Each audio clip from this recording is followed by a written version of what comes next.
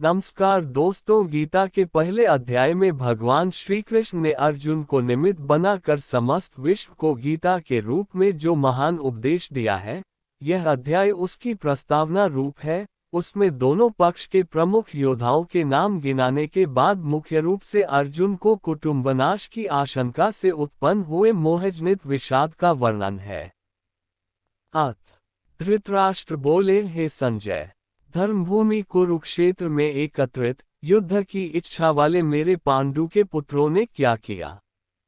संजय बोले, उस समय राजा दुर्योधन ने व्यूह रचनायुक्त पांडवों की सेना को देखकर और द्रोणाचार्य के पास जाकर यह वचन कहा, हे आचार्य, आपके बुद्धिमान शिष्य द्रुपद पुत्र धृष्टद्युम्न के द्वारा व्यूहाकार खड़ी की हुई पांडुपुत्रों की इस बड़ी भारी सेना को देखिए।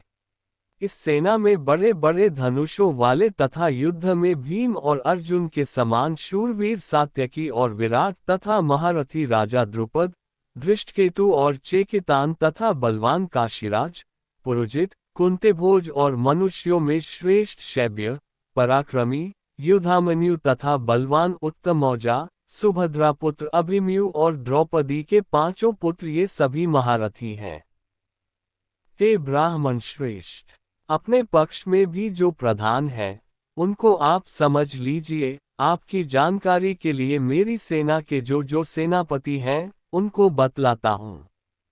आप द्रोणाचार्य और पितामह भीष्म तथा कर्ण और संग्राम विजयी कृपाचार्य तथा वैसे ही अश्वत्थामा, विकर्ण और सोमदत्त का पुत्र भूरिश्रवा, और भी मेरे लिए जीवन की आशा त्याग देने वाले बहुत से शूरवीर अनेक प्रकार के अस्त्रों शस्त्रों से सुसज्जित और सब के सब युद्ध में चतुर हैं। भीष्म पितामह द्वारा रक्षित हमारी वह सेना सब प्रकार से अजेय है और भीम द्वारा रक्षित इन लोगों की यह सेना जीतने में सुगम है। इसलिए सब मोर्चों पर अपनी अपनी जगह स्थित रहते हुए आप लोग सभी निःसंदेह भीष्म पितामह की ही सब ओर से रक्षा करें। कौरवों में वृद्ध बड़े प्रतापी पितामह भीष्म ने उस दुर्योधन के हृदय में हर्ष उत्पन्न करते हुए उच्च स्वर से सिंह की दहाड़ के समान गरजकर शंख बजाया। इसके पश्चात शंख और नगारे तथा ढोल, मृदंग और नरसिंघे आदि बाजे एक साथ ही बज उठे। उनका वह शब्द बड़ा भयंकर हुआ। इसके अनंतर सफेद घोड़ों से युक्त उत्तम रथ में बैठे हुए श्री कृष्ण महाराज और अर्जुन ने भी अलौकिक शंख बजाए। श्री कृष्ण महाराज ने पांचजन्य नामक, अर्जुन ने देवदत्त नामक और भयानक कर्म वाले भीमसेन ने पौंड्र नामक महाशंख बजाया। कुंती पुत्र राजा युधिष्ठिर ने अनंत विजय नामक और नकुल तथा सहदेव ने सुघोष और मणिपुष्पक नामक शंख बजाए। श्रेष्ठ धनुष वाले काशीराज और महारथी शिखंडी और धृष्टद्युम्न तथा राजा विराट और अजेय सात्यकी, राजा द्रुपद और द्रौपदी के पांचों पुत्र और बड़ी भुजा वाले सुभद्रा पुत्र अभिमन्यु, इन सभी ने, हे राजन, सब ओर से अलग अलग शंख बजाए। और उस भयानक शब्द ने आकाश और पृथ्वी को भी गुंजाते हुए धृतराष्ट्रों के अर्थात आपके पक्ष वालों के हृदय विदीर्ण कर दिए। हे राजन, इसके बाद कपिध्वज अर्जुन ने मोर्चा बांधकर डटे हुए धृतराष्ट्र संबंधियों को देखकर उस शस्त्र चलाने की तैयारी के समय धनुष उठाकर ऋषिकेश श्री कृष्ण महाराज से ये वचन कहा, है अच्युत, मेरे रथ को दोनों सेनाओं के बीच में खड़ा कीजिए, और जब तक कि मैं युद्ध क्षेत्र में डटे हुए युद्ध के अभिलाषी इन विपक्षी योद्धाओं को भली प्रकार देख न लूं कि इस युद्धरूप व्यापार में मुझे किन किन के साथ युद्ध करना योग्य है, तब तक उसे खड़ा रखिए। दुर्बुद्धि दुर्योधन का युद्ध में हित चाहने वाले जो ये राजा लोग इस सेना में आए हैं, इन युद्ध करने वालों को मैं देखूंगा।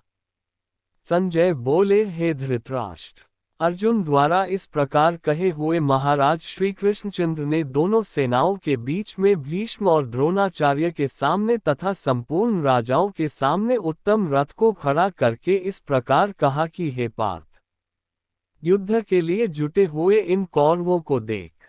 इसके बाद पृथापुत्र अर्जुन ने उन दोनों सेनाओं में स्थित ताऊ चाचों को, दादों परदादों को, गुरुओं को, मामाओं को, भाइयों को, पुत्रों को, पौत्रों को तथा मित्रों को, ससुरों को और सुहृदों को भी देखा। उन उपस्थित संपूर्ण बंधुओं को देखकर वे कुंती पुत्र अर्जुन अत्यंत करुणा से युक्त होकर शोक करते हुए ये वचन बोले।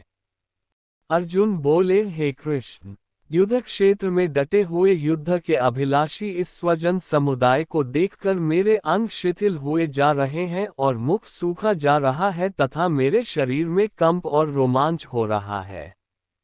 हाथ से गांडीव धनुष गिर रहा है और त्वचा भी बहुत जल रही है तथा मेरा मन भ्रमित हो रहा है, इसलिए मैं खड़ा रहने को भी समर्थ नहीं हूँ।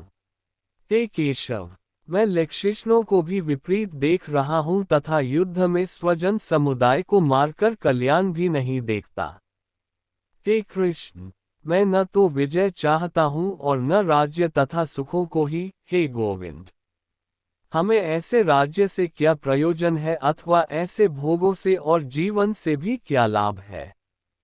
हमें जिनके लिए राज्य, भोग और सुखादि अभीष्ट हैं, वे ही ये सब धन और जीवन की आशा को त्याग कर युद्ध में खड़े हैं। गुरुजन, ताऊ चाचे, लड़के और उसी प्रकार दादे, मामे, ससुर, पौत्र, साले तथा और भी संबंधी लोग हैं। हे मधुसूदन, मुझे मारने पर भी अथवा तीनों लोकों के राज्य के लिए भी मैं इन सब को मारना नहीं चाहता, फिर पृथ्वी के लिए तो कहना ही क्या। हे जनार्दन, धृतराष्ट्र के पुत्रों को मारकर हमें क्या प्रसन्नता होगी।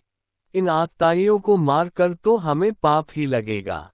अतएव हे माधव, अपने ही बांधव धृतराष्ट्र के पुत्रों को मारने के लिए हम योग्य नहीं हैं, क्योंकि अपने ही कुटुंब को मारकर हम कैसे सुखी होंगे। यद्यपि लोभ से भ्रष्टचित हुए ये लोग कुल के नाश से उत्पन्न दोष को और मित्रों से विरोध करने में पाप को नहीं देखते, तो भी हे जनार्दन, कुल के नाश से उत्पन्न दोष को जानने वाले हम लोगों को इस पाप से हटने के लिए क्यों नहीं विचार करना चाहिए। कुल के नाश से सनातन कुल धर्म नष्ट हो जाते हैं। धर्म के नाश हो जाने पर संपूर्ण कुल में पाप भी बहुत फैल जाता है।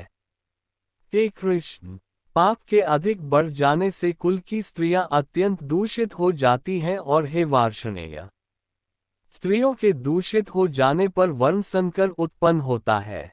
वर्णसंकर कुलघातियों को और कुल को नरक में ले जाने के लिए ही होता है। लुप्त हुई पिंड और जल की क्रिया वाले अर्थात श्राद्ध और तर्पण से वंचित इनके पितर लोग भी अधोगति को प्राप्त होते हैं। इन वर्णसंकर कारक दोषों से कुलघातियों के सनातन कुल धर्म और जाति धर्म नष्ट हो जाते हैं। हे जनार्दन, जिनका कुल धर्म नष्ट हो गया है, ऐसे मनुष्यों का अनिश्चित काल तक नरक में वास होता है, ऐसा हम सुनते आए हैं।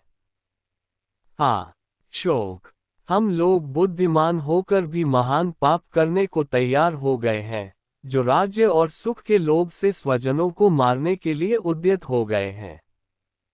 यदि मुझ शस्त्ररहित और सामना न करने वाले को शस्त्र हाथ में लिए हुए धृतराष्ट्र के पुत्र रण में मार डाले तो वह मारना भी मेरे लिए अधिक कल्याणकारक होगा।